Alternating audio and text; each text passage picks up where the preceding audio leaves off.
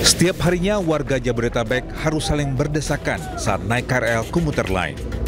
Di jam-jam sibuk, warga harus berlarian bahkan saling dorong untuk bisa naik KRL. Berdasarkan data Kementerian Perhubungan, sejak Januari hingga Oktober 2025, KRL Jabodetabek telah melayani sekitar 280 juta penumpang. Dalam satu rangkaian dapat mengangkut sebanyak 3.600 penumpang. Presiden Prabowo Subianto yang mengecek KRL dari stasiun Manggarai ke stasiun Tanah Abang langsung bertindak cepat. Presiden meminta jajaran menterinya untuk atasi kepadatan KRL. 30 rangkaian kereta api tambahan pun akan segera didatangkan dalam 1 tahun ke depan. Satu rangkaian butuh uang 9 juta dolar. Benar. Beliau ajukan. Totalnya 4,8 triliun. Benar. Saya setujui. Bahkan saya alokasi. Bahkan beliau ajukan 4,8 T. Saya setujui. Tidak 4,8, 5 T saya setujui. Kalau untuk rakyat banyak, saya tidak ragu-ragu. Uangnya kita hemat, tapi kepentingan rakyat di atas segala kepentingan. Jadi saudara-saudara, dan saya minta harus dilaksanakan dalam waktu yang sesingkat-singkatnya, secepatnya. Bisa berapa bulan Direktur KAI? Berapa? Ini didengar loh. 6 bulan. Sudahlah, aku kasih 1 tahun, ya kan? Nanti dia stres, nggak bisa tidur, ya kan? Nggak, aku tenang aja. Kalau kau bisa 6 bulan, oke, tapi 1 tahun harus. Ini rakyat yang saksi ya. Jadi nanti ada tambahan 30 rangkaian baru. Tak hanya mendatangkan kerangkaian baru, pemerintah juga akan merevitalisasi stasiun-stasiun yang ada. Salah satunya stasiun Tanah Abang yang usianya sudah mencapai ratusan tahun. Pemerintah juga akan terus bersubsidi sekitar 60% dari harga tiket KRL. Tak tanggung-tanggung, anggaran subsidi yang disiapkan setiap tahunnya mencapai 1,7 triliun rupiah. Tim Liputan iNews melaporkan.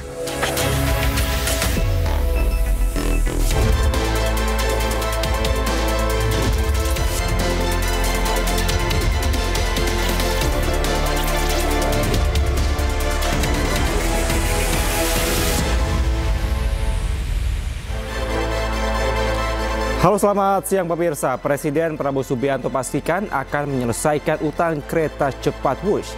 Presiden Prabowo tegas melarang perdagangan baju thrifting. Presiden juga meminta penjual baju thrifting untuk beralih dan menjajakan produk UMKM. Selain informasi tadi, kami juga akan hadirkan beragam informasi menarik dan terkini terkait kebijakan hingga kegiatan dari para pemimpin bangsa. Bersama saya, Kevin Pakar. Inilah pemimpin rakyat, pemimpin beraksi, rakyat awasi.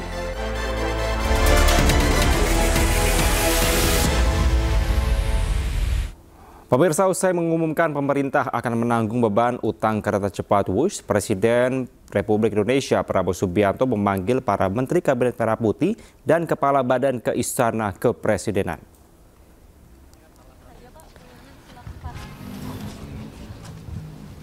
Para menteri tiba di Kompleks Istana Kepresidenan pada Selasa pada pukul 2 siang waktu Indonesia Barat kemarin.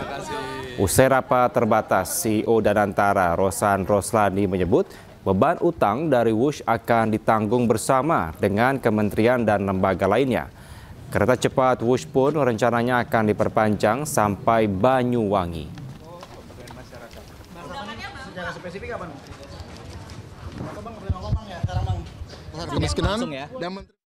Sementara itu terkait kereta cepat Wush, Presiden Prabowo Subianto meyakinkan semua pihak agar tidak perlu khawatir dan juga ribut terkait dengan utang Wush.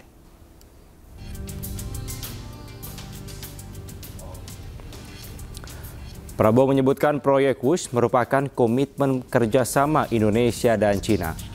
Pemerintah pun menyatakan akan membayar utang kereta cepat Jakarta-Bandung Wush sebesar 1,2 triliun rupiah per tahunnya. Menurutnya polemik yang menimpa kereta cepat bukanlah masalah. Ia pun memastikan uang untuk membayar utang Wush ada. Uang tersebut berasal dari pengembalian sitaan koruptor. Kemudian nggak usah khawatir apa itu ribut-ribut Wush. Saya sudah pelajari masalahnya. Tidak ada masalah. Saya tanggung jawab nanti Wush itu semuanya. Indonesia bukan negara sembarangan. Kita hitung, nggak ada masalah itu. Ya. Jadi PT KAI nggak usah khawatir. Semuanya nggak usah khawatir. Rakyat. Kita layani rakyat kita. Kita berjuang untuk rakyat kita. Teknologi, semua sarana itu tanggung jawab bersama. Dan itu di ujungnya tanggung jawab Presiden Republik Indonesia. Jadi saya sekarang tanggung jawab. Pemirsa, hidup di Jakarta tidak melulu harus keluar duit dan ternyata masih bisa ditemukan layanan gratis. 15 golongan warga berikut ini bisa keliling kota dengan transportasi umum Jakarta tanpa membayar. Pemirsa, coba cek apakah Anda atau keluarga Anda masuk golongan yang mana. Kabar bahagia bagi dompet warga Jakarta karena Pemprov membebaskan biaya layanan angkutan umum massal kepada golongan masyarakat tertentu. Sesuai dengan Pergub nomor 33 tahun 2025, terdapat 15 golongan masyarakat yang bisa naik transportasi umum dengan gratis. Di antaranya ASN Pemprov Jakarta, pelajar, anggota TNI Polri, hingga penyandang disabilitas dan lansia.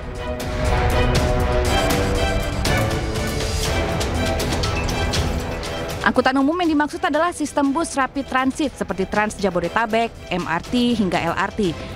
Gubernur Jakarta Pramono Anung menegaskan fasilitas transportasi gratis ini hanya khusus ditujukan bagi warga pemilik KTP Jakarta. Jadi untuk yang warga Jakarta tetap kami akan memberikan subsidi, pembebasan, tetapi bagi warga di luar Jakarta tentunya kami belum bisa untuk memberikan subsidi, apalagi DPH-nya baru dipotong. Bila memenuhi syarat cukup membawa KTP Jakarta, kartu keluarga, dan surat keterangan lainnya untuk mendaftarkan diri.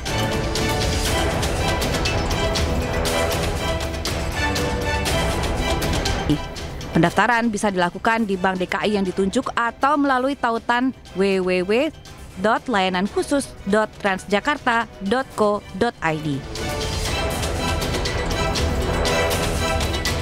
Dengan layanan gratis ini diharapkan warga Jakarta ramai-ramai mulai beralih menaiki transportasi umum untuk mengurangi polusi udara dan tentu saja menjaga lingkungan. Tim Liputan iNews melaporkan.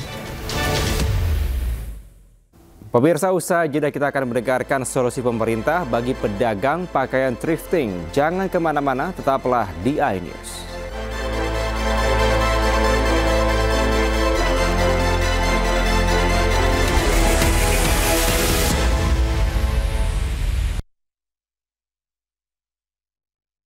Anda masih di Pemimpin Rakyat, pemirsa. Pemerintah resmi melarang impor pakaian bekas alias thrifting.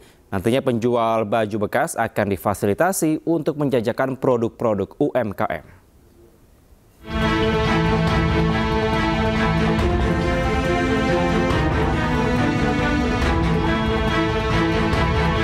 Bisnis klub jual beli impor pakaian bekas ilegal terus ditertibkan. Presiden Prabowo pun dengan tegas melarang aktivitas impor pakaian bekas atau thrifting. Namun pemerintah tak angkat tangan atas nasib pedagang thrifting. Nantinya mereka akan difasilitasi untuk menjual produk-produk UMKM.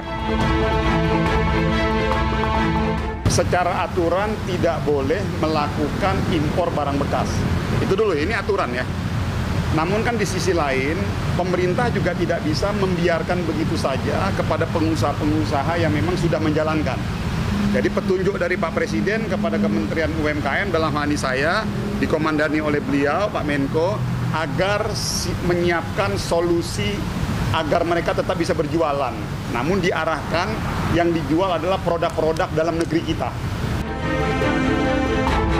Kedepan bila ada pengusaha tetap impor pakaian bekas secara ilegal akan di blacklist. Larangan impor pakaian bekas sebenarnya sudah tertuang dalam Peraturan Menteri Dalam Negeri Nomor 40 Tahun 2022. Dalam aturan ini ada sejumlah barang yang dilarang diimpor. Di antaranya adalah gula dengan jenis tertentu seperti gula kristal mentah, gula kristal rafinasi, dan gula kristal putih. Kedua ada beras dengan jenis tertentu seperti beras setengah giling dan beras ketan. Bahan perusak ozon juga dilarang diimpor. Tak hanya itu, kantong bekas, karung bekas, dan pakaian bekas juga dilarang untuk diimpor. Dari Jakarta, Raharjo Patmo dan Rizky Solehudin, iNews melaporkan. Pemirsa, hari ini 5 anggota nonaktif DPR RI menjalani sidang Mahkamah Kehormatan Dewan MKD.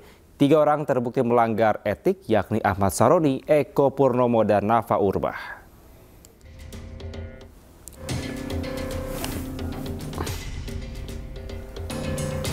Ahmad Saroni terbukti melanggar etik dan divonis nonaktif selama 6 bulan. Sementara Nafa Indira Urbah terbukti melanggar etik dan dinonaktifkan selama 3 bulan. Kemudian Eko Patrio juga terbukti melanggar etik dan dinonaktifkan selama 4 bulan. Sementara Surya Utama atau Uya Kuya dan Adis Kadir tidak terbukti melanggar etik.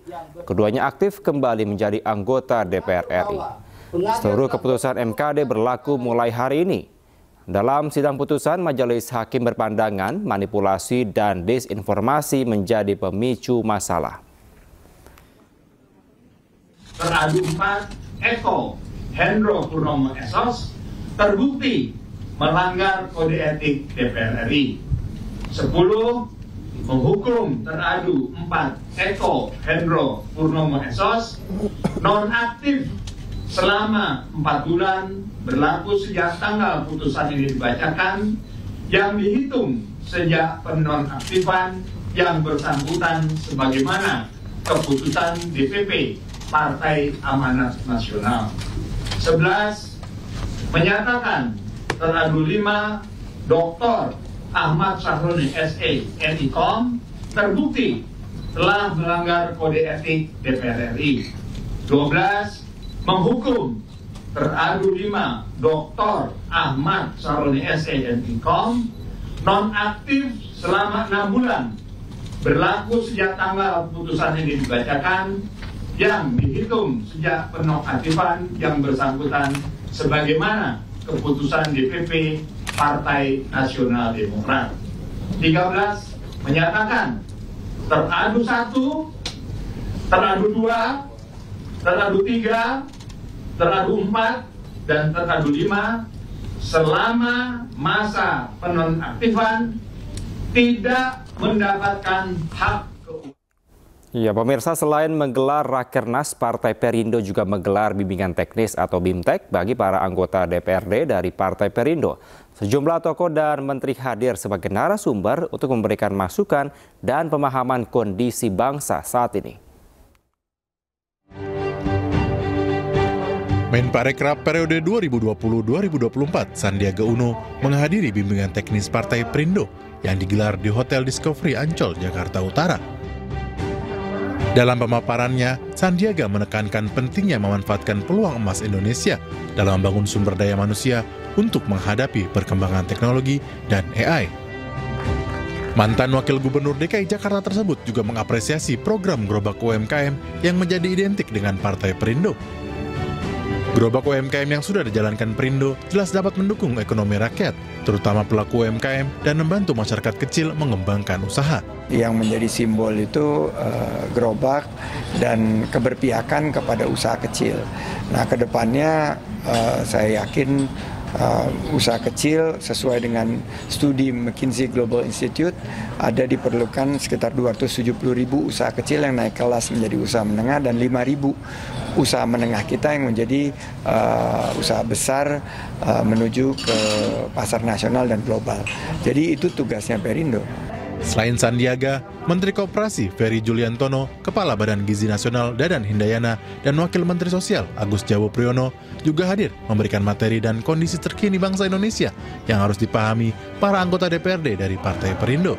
Jadi Kemensos juga sedang mengubah ya konsep yang selama ini itu fokusnya di Linjamsos, sekarang kita mau masuk ke Dayasos itu loh. Dan ini kita menyadari bahwa tidak bisa sendiri gitu loh untuk proses pemberdayaan dalam program pengentasan kemiskinan. Disitulah ya partisipasi dari berbagai macam unsur di Republik ini termasuk partai politik ya, khususnya Perindo. Melalui kegiatan BIMTEK diharapkan para kader Partai Perindo dapat memperkuat komitmen untuk berperan aktif dalam mendorong pertumbuhan ekonomi berbasis inovasi dalam pemberdayaan masyarakat. Dari Jakarta, Naura Syafiqah, Sutrisno Novandwi, iNews melaporkan. Kucing Presiden Prabowo Subianto, Bobi Kertanegara jumpa fans. Kita lihat keseruannya usai jeda. Tetaplah bersama kami.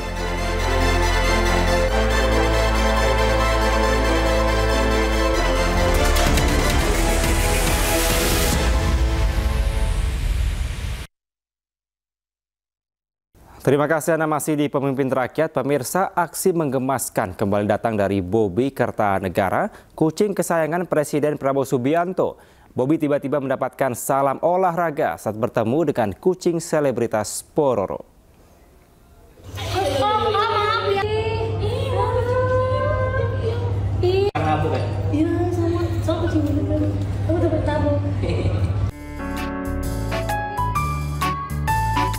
Bobi Kertanegara, kucing kesayangan Presiden Prabowo Subianto, mendapat salam olahraga saat bertemu dengan kucing selebritas Pororo di acara International Pet Expo.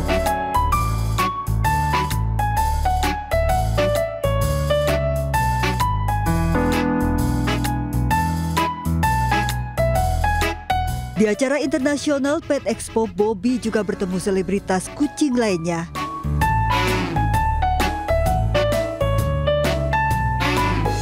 Kehadiran Bobi Kertanegara di International Pet Expo memang menyita perhatian. Seperti pejabat penting, Bobi datang ke acara dengan pengawalan ketat bodyguard.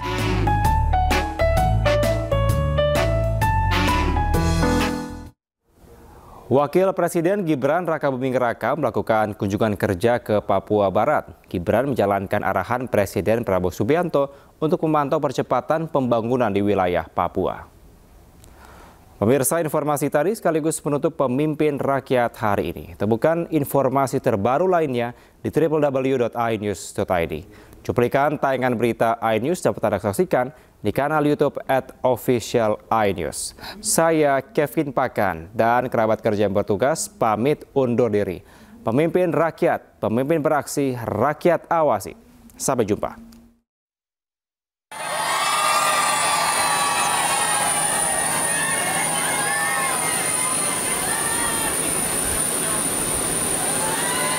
Wakil Presiden Gibran Rakabuming Raka dan rombongan tiba di Bandara Rendani, Manokwari, Papua Barat Selasa kemarin. Kedatangan Gibran langsung disambut warga yang antusias sambil kibarkan bendera merah putih serta tarian adat Papua. Kunjungan Gibran tindak lanjut arahan Presiden Prabowo Subianto untuk pastikan percepatan pembangunan di wilayah Papua berjalan sesuai dengan rencana nasional. Karena perhatian Presiden terhadap pembangunan Papua sangat besar. Bapak Presiden memang memberikan perhatian khusus, concern yang sangat besar untuk pembangunan di Papua, dan sesuai komitmen kita bersama yang namanya pembangunan tidak boleh lagi Jawa sentris. Jadi ini tugas kita bersama, tugas saya sebagai pembantu Presiden untuk mengawal visi misi program Presiden agar bisa berjalan.